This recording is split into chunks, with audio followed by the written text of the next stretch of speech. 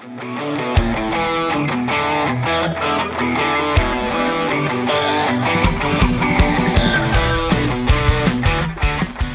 who's back? Back again. Oh shit! I'm back. Yes, your favorite YouTube reviewer for movies who hasn't made a review since Halloween Ends, which was a terrible movie and I wish I never saw it. And now you get me, slightly older and slightly more deranged. Anyways, what's going on? Yes, I am back. I am here. I am trying to do more of these again because I had so much fun doing them, but as everyone knows, life gets in the way of things, and, you know, you gotta take care of things before you could do the fun stuff, am I right? Am I right? Oh, life sucks. But yes, today we are reviewing a movie, and it is going to be not a new movie, because why would I do that on my way back? But instead, we are going to be starting a new series, actually, in lead-ups to probably one of, if not the most anticipated movie I have ever had in my entire life. One of my most anticipated movies, literally of all time at this point now, is going to be Deadpool and Wolverine. If you are not familiar, get familiar with this, because for these coming weeks, I'm going to be reviewing one X-Men movie per week up until the release of Deadpool and Wolverine. These two characters have had a long history, especially in film and obviously the comics too. A very complicated history in both film and comics, and Wolverine is my favorite character. You will not hear the end of this. This will be, you know, the first and only warning that I'm going to give you, that I am going to say this 10 billion times watching these movies as I review them. But in order to appreciate Hugh Jackman as the character Wolverine, we have to take it back to the first X-Men movie. X-Men, released in 2000, directed by Bryan Singer, was the first adaptation of these characters come to the big screen. The main gist of the movie is that Logan finds himself now with the new mutants of the world in Charles Xavier's mansion, Charles Xavier's school for gifted folks, and now he is here to face his nemesis Magneto, who is here to turn the whole world into mutants themselves. Now, it's hard to say without a shadow of a doubt that there are going to be people out there that say certain movies are the start of, like, a certain genre, right? And, like, this really catapults things for that genre. X-Men doesn't get the credit for that, I feel. X-Men was really ahead of its time because if you think about it, this was like the first real big team-up kind of movie where it involved a variety of characters in this with different superpowers. This was really the first of its kind. And to be honest, it's not really as fun and glamorous and, you know, even as something as like 2 years later we had Spider-Man with Tobey Maguire. That is so campy and so, like, colorful and out of this world. This film takes itself very seriously, and sometimes to its own detriment. There's many jokes that you can make about this movie, and you can say that it's too serious for what it is, especially the costumes, which we will get to later on. But nevertheless, this is a solid start to the franchise. Some of the things I wanted to highlight is towards the beginning of the movie, we get this really awesome opening where we see World War II Jewish camp footage, and we don't realize it initially. We get it later on in the movie, unless you are familiar already with the material. We realize that this is Eric Lencher, who is Magneto in this film, played by Ian McKellen, who is really, really good in this role. We see a young boy who plays this character who's being taken away from his parents during one of these Jewish camps, and then we see him, before being knocked out, almost like rip off the metal cage. And this is like the first kind of like showing of like how mutant powers can be sort of triggered through like strong emotions, which is what is stated later on in the film. That is most of the time through like strong emotional reactions is when, if you do have the mutant gene, that's when it's really triggered. So I think the start of this is very telling for how the rest of the movie is going to be. It is a very serious movie. It doesn't really take itself like light at all for the most part. And honestly, that's what the X-Men is. If you are not familiar with its source material, you need to get a little familiar with it, because so many people really were like, oh, Disney's making X-Men woke, and Disney, you know, is doing the whole, you know, catering to a specific audience thing, when in reality X-Men has been this for decades. X-Men is not new to the idea of prejudice and discrimination against people. It is an allegory for it, actually. If you read any of the comics and you see the social undertones that are throughout this entire movie and their entire inception, you will realize that this scene and what they are presented in these movies is exactly in line with what they wanted to do from the beginning. Now, outside from the very strong and powerful emotional opening, there are some things that happen throughout the movie where we see a couple of different characters in the present day show their powers, and we see meetings about mutants between the government and other doctors who we soon realize are with Charles Xavier at his school. My favorite introduction actually in this entire movie, and yes, it is blinded by the fact that it is Hugh Jackman, the introduction of Wolverine in this movie is spectacular. Really, I'm going to count it from the part where you see him in the cage as a cage fighter all the way to the end where he leaves the bar under his own will after being threatened by two people in that bar. You see this like man just kind of like without a shirt, drinking beer, not really caring in the world, in a cage, fighting a bunch of people. And then afterwards we see him, after kind of shaking off the rust a little bit, he buys a beer when he sees Rogue, who is now running away from home, sitting there kind of looking at him, kind of like checking him out, basically being like, is this a guy I can kind of trust? As she is running away from her own home.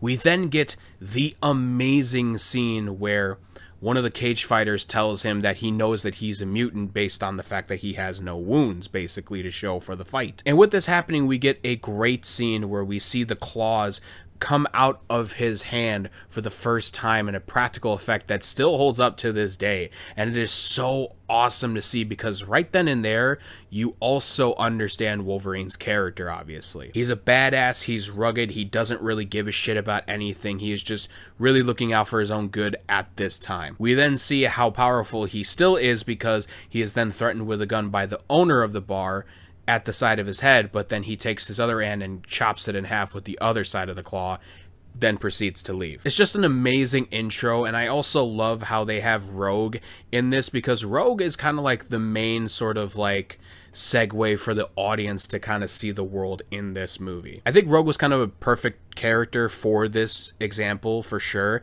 because we see her power is that if she touches anybody, she basically absorbs their energy and keeps it, basically. If you've read the comics, it's a little bit similar to that, and it gets a little convoluted and sort of, you know, overpowered at times, but in these movies specifically, it's kind of kept relatively at bay. But the general consensus of it is that she touches anybody, she basically drains them of their power, and the longer she does it, the more she drains it, could potentially kill the person. So her finding Logan was a perfect person to kind of be opposite of her, because she's very reserved and kind of innocent, whereas Logan is a very, again, rugged, battle-tested, doesn't give a shit kind of person. So seeing the conversation that they have when they're in the car with one another is amazing to see. My favorite line, and probably one of my favorite lines in this entire franchise, is when they're talking about when he brings out the claws from his hands, if it hurts. When they come out, does it hurt? Every time.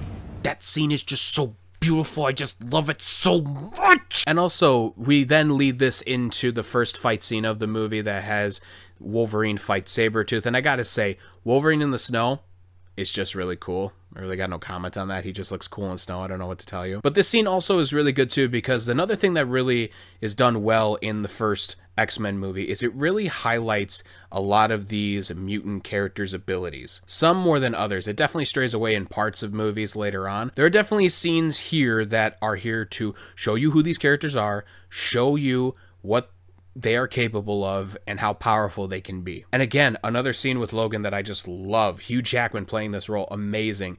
Flying out of the car after it crashes into a tree, we then see him look at the car to kind of see if Rogue is okay, and we see the healing factor kick in for him to kind of heal the injuries that he had had. Again, if you're not familiar with any of these characters, this movie does a great job with showing you, for the most part, everyone's like capability as their characters. Now, I will admit the first fight scene is a little lackluster. There isn't much going on, and, you know, we'll get into it later on between the Sabretooth and Wolverine aspect of this too, because this is really not going to be touched on much throughout the rest of the films.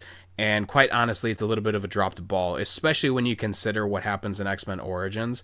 It's kind of a letdown in instances. And again, I just kind of love how it's kind of shown too, because also you don't know who these X-Men are and they kind of just show up out of nowhere, and it's Storm and Cyclops. You get to see their powers kick into play just a little bit here, and you really get to see that like these people are kind of like established in the world. There really is no like origin for these people. They kind of just are here and present, which is fine, and I don't have any issues with this. We then get into another great scene that I love in this movie, where it's Wolverine walking around in the mansion, running around, and I love the camera work in this too, because it's a single take for the most part in this, where you see Wolverine running around the mansion, kind of scoping it out, kind of like being wary about his every step, because then he also has Charles in his head asking him where he's going. We obviously don't know this character yet until a little bit later on, but it's a great scene, because then once he meets the X-Men, Charles Xavier, he meets Storm, and he meets Jean, and he meets Cyclops again, which, again, the tension that's built here with Cyclops and Wolverine, again, if you're not familiar with the comics, they have a pretty heated rivalry for the most, if not all, of their history. It's planted actually pretty well here, and I think that they're done exceptionally well. Side note with this scene though too, I will say my favorite thing about Wolverine is sassy Wolverine, when he's kind of in the don't give a shit attitude. So when he talks back to these guys about their names, I just find it hilarious. Sabretooth. Storm. What do they call you? Wheels? Even though his name is Wolverine, it's a little bit kind of like, you call yourself Wolverine, that's a little weird, but in any case, I still find it funny. But again, circling back to Cyclops, I think that James Marsden is cast pretty well, as far as like he has the look for Cyclops. I genuinely think that this was something that in the entire X-Men franchise up until now, we'll see what happens in the near future, but we see Cyclops kind of being pushed in the background for the most part in almost all the movies, and he's not really given justice, which is unfortunate, because he is the leader of the X-Men. He is the de facto leader. Even though the film is really focused in on Wolverine, and don't get me wrong, I love that. Again, I love Wolverine. It's a shame to see that one of the promising and one of the first characters that was for the X-Men kind of not really treated well throughout its entire runtime. Don't get me wrong, I think there's moments in the movie and some other ones where I think Cyclops is done fairly okay, but as an overall package, especially when you get to the later movies too, with the recasting of characters, it just becomes a whole mess, and it's just really not done well. We also see some cool moments with Charles Xavier, played by Sir Patrick Stewart, who is, again, one of the most perfect castings for the role ever at this point. And I almost say almost perfect, because the next character that we talk about later on does just as good of a job with that character. You get some moments with him, and it's really good, and while he doesn't have a ton to do in the first movie, he definitely has more to do later on, but he is a prevalent screen presence, and he does bring the character to life really well. You get a cool scene with him and Cerebro to kind of show off his powers a little bit. But I will say, we then kind of cut off to the villain aspect of the story, and this is the part of the story that's a little lacking, actually. While the reasons and the plot for it isn't like the worst thing in the world, I just think the execution of it wasn't very solid. Again, Ian McKellen as Magneto is very good, and I think he plays the role very well. But his lackeys, some of them are not that interesting whatsoever. Again, Sabretooth, just a big brooding badass who is, you know, got hair all over the place and really long nails and is super strong. Not really given anything. Toad is just a guy who kind of acts like a toad, and it's really nothing to it. However, the one person that is done well in this and kind of doesn't get their shine in these first movies, but definitely gets her shine a little bit later, I think, was Mystique. While I'm not a fan of the look later on, and that is definitely something I will touch on then, the look of Mystique here is awesome, and I think Mystique looks great here. I just love how they kind of went the route of like, she's just kind of like, that's her skin, like that's full body paint. She doesn't really wear clothing, like she kind of is just like, this is me, this is who I am, because then I could shapeshift into other people. In comics, she kind of has like different costumes and stuff that she will wear, which is fine. Some of them are really cool. I like a lot of the white suits that she has in this, but to really show off the production of this movie, because again, you got to remember, like, these costumes are practical that they're using. The face paint and the body paint for this character is all practical. This is not CGI. This is predates all that sort of stuff. So it's really impressive to see this stuff on screen, especially in a movie for 2000. Something I wish they would kind of do more, because we kind of stray away with it because, you know, the convenience of CGI, but nothing really beats anything that's physical in camera stuff. This then leads later on into the movie where we see Rogue kind of running away from the school because of some problems that she had had earlier on in the film, where she kind of, again, shows her powers once again, with Wolverine being the person where she drains her powers, because there's this really awesome scene where Wolverine is sleeping and he's kind of having a nightmare, and foolishly Rogue tries to go check on him because, again, they got there at the same time and she's, you know, not familiar with everybody. He's the only one that's kind of really helped her for the most part, at least at the beginning, and he accidentally stabs her. But again, we see how this movie does its job and really tries to establish how it wants to show you the character's powers. It wants to show you everybody and give everybody their shine, and it's done really well in that scene. But later on, she ends up running from the school, and then this leads Wolverine into going and chasing after her because she's the whole reason that he's there anyways. Again, if I haven't said it before, I'll say it again. The relationship between these two is fleshed out very well in this movie, and soak it up now because it's really not brought too much in the rest of the movies, unfortunately. But at least for the seeds of this movie, it is done very well. I think the relationship is done extremely well. This leads to then Magneto's awesome scene at the train station where they're trying to find Rogue. He ends up getting her, and then there's this awesome scene where he eventually points guns at every cop that is at the front of the train station, and he's like basically telling Charles to have Sabretooth not choke him anymore because he can't, with the helmet on, he can't use his telepathy to kind of communicate with Magneto. So he uses other people to kind of try to stop him. Well, Magneto has this just awesome villainous scene pointing all the guns at people and shooting somebody, but he is actually using the bullet himself to push it further through some guy's head. So it's forcing Charles to kind of give up in an instance. Again, another really solid scene, another great scene in this movie. I just think that what they do in this, for the most part, is awesome. So the whole point of the machine, as I wrote down here, and I'll do it as quickly as possible, it's supposed to produce radiation that creates mutations in the person's cells that do not have it already. So it is an unnatural mutation for these characters, and in doing so, some characters end up fighting back the mutation, which ends up killing them. Magneto is only doing this because he wants to show everybody that evolution is the mutants. They are not normal and they are superior, whereas Charles is very much like, no, we are different, but we are also the same. So their, you know, philosophical things are just going, you know, against each other the whole time. It's exactly the reason why they always butt heads. They just, you know, thematically and their psychology is just completely opposite from one another.